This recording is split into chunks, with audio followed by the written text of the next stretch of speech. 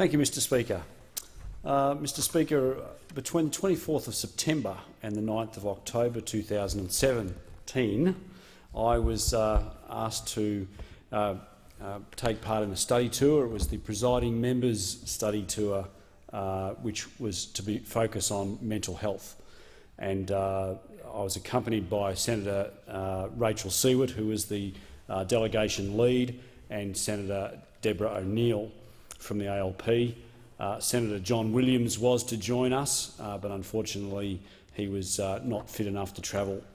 But we were also accompanied by Mr Mark Fitt as the delegation secretary. It was a great honour to be asked to represent the government in 4 countries where we did our tour: England, the Netherlands, Sweden and in Canada.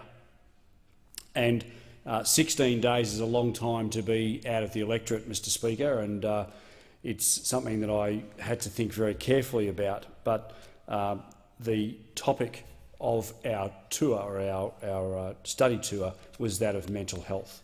And I'm a big believer in not trying to reinvent the wheel in relation to anything, least of all in relation to mental health. And so being away for 16 days, it's going to be virtually impossible for me to talk about the learnings that we were able to garnish from the many people and many organisations that we went to. So I've decided to address these issues over a series of speeches in relation to mental health.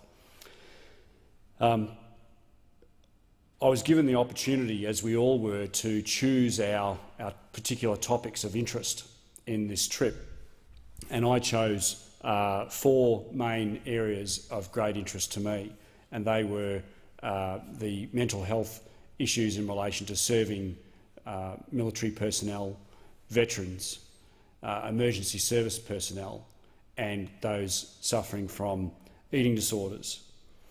Now, one of the first things that struck me as we made our way around to 4 very different countries was that the most common question I was asked, almost by every single person that we spoke to, who were leaders in their field, was, "Why are you here?" Because many of these countries, many of these organisations look to Australia as being the exemplar of how we research and how we treat clinically those suffering from mental illness. And it was a moment of constant, reinforced moment of pride for us all, for these world-renowned leaders in mental health research and clinical treatment, for them to be saying, "Why are you here? What you do in Australia is fantastic." So, having said that, the biggest room in the House is the room for improvement, Mr Speaker, and the day where we think we know it all, we should hang up our hats, because we can all learn from other countries and other experts, and that's what it was all about for me. Now, many of these organisations that we spoke to held particularly Australia's work, specifically in relation to Headspace, as a shining light for the treatment of mental illness amongst our young people. And clearly that was a well-deserved compliment for the work that this federal government is doing and previous governments have done in the past. Mr Speaker, when we went to London, we spoke to we went to King's College of London, and we spoke to a Professor Ian Everall, who's the Executive Dean of the Institute of Psychiatry, Psychology and Neuroscience, and he'd worked in Melbourne for 8 years.